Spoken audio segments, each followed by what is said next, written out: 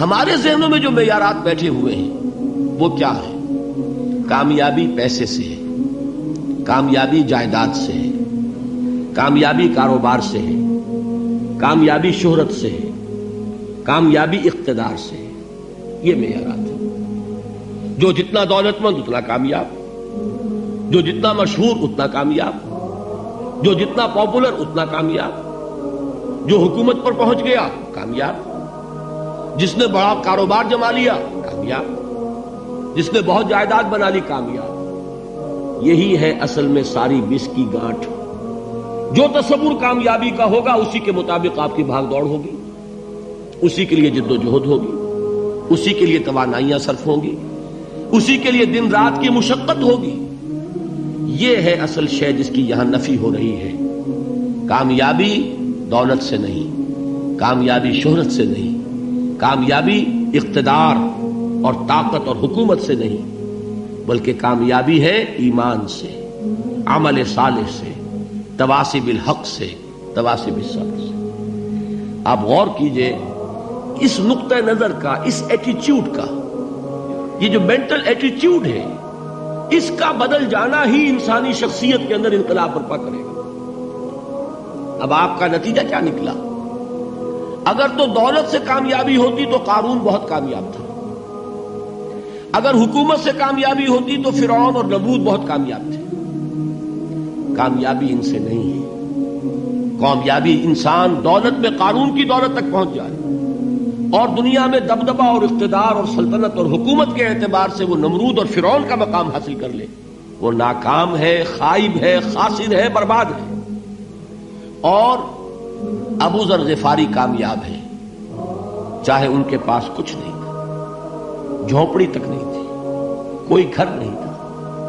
حضور نے فرمایا ہے اللہ کے کچھ بندے ایسے ہوتے ہیں جو کسی محفل میں جانا چاہیں تو انہیں اجازت نہ ملے، جو کہیں اگر رشتہ کرنا چاہے کوئی ان سے رشتہ کرنے کو تیار نہ، کہیں کوئی سفارش کرنا چاہے تو ان کی کوئی بات ہی نہ سنے.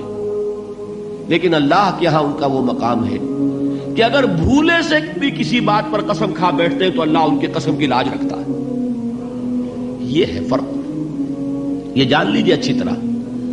اس بات کا مان لینا آسان، اس پر سبحان اللہ کہنا آسان، لیکن اس کے مطابق آپ کے اپنے ذہن کا بدل جانا بہت مشکل. اس لیے کہ ہم متاثر ہوتے ہیں اپنے ماحول سے.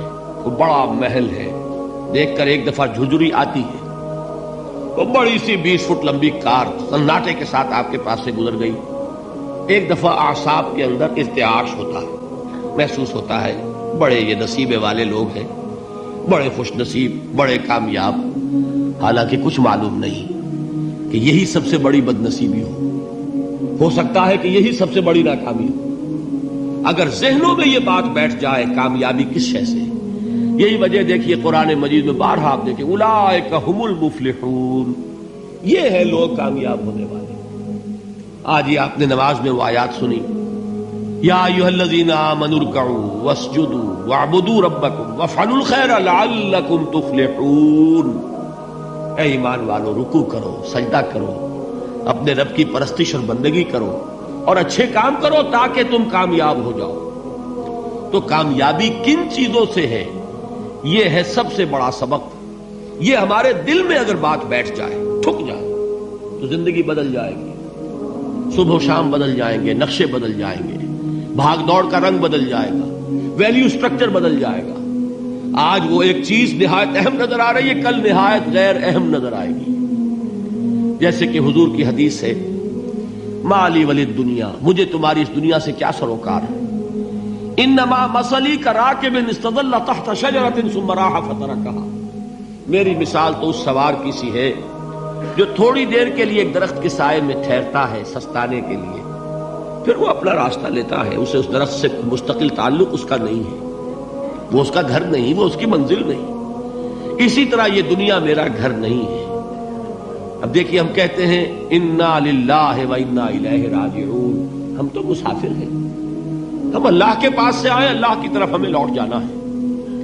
کن فی الدنیا کانک غریب و عابر سبیل، حضور فرماتے ہیں دنیا میں ایسے رہو جیسے کہ تم اجنبی ہو یا راہ چلتے مسافر.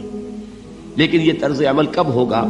جبکہ یہ آیت ہمارے ذہنوں کے اندر بیٹھ گئی ہو، والعصر ان الانسان لفی خسر الا الذین آمنوا وعملوا الصالحات وتواصوا بالحق وتواصوا بالصبر۔ یہ ہے اصل بات جو میں نے عرض کیا تھا کہ میں بتاؤں گا صحابہ کیوں ایک دوسرے کو یاد دلاتے تھے۔ اس لیے کہ دیکھیے جیسے برف باری اگر ہو رہی ہو، آپ باہر نکلیں گے تو برف آپ کے کپڑوں پر جم جاتی ہے نا، تو آپ جھٹکتے ہیں کپڑوں کو تاکہ برف ہٹ جائے۔ ہمارے ایمان پر اس دنیا میں رہتے ہوئے جب ہم متاثر ہوتے ہیں ماحول سے تو گردہ آ جاتا ہے، برف پڑ جاتی ہے، اس کو جھٹکتے رہنے کی ضرورت ہے۔ اور وہ جھٹکنے کی بہترین اور مؤثر ترین شکل یہی ہے کہ یاد رکھو کامیابی ان چیزوں سے نہیں ہے۔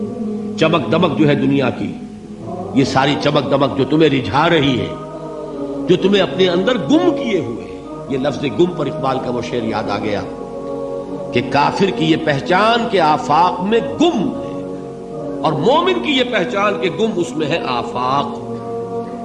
تم گم نہ ہو کر رہ جاؤ، اس میں مبہوت نہ ہو کر رہ جاؤ، مرعوب نہ ہو کر رہ جاؤ، دنیا ہی کی محبت تمہارے اوپر ڈیرے نہ ڈال دے، تمہارے دلوں کے اوپر مسلط نہ ہو جائے۔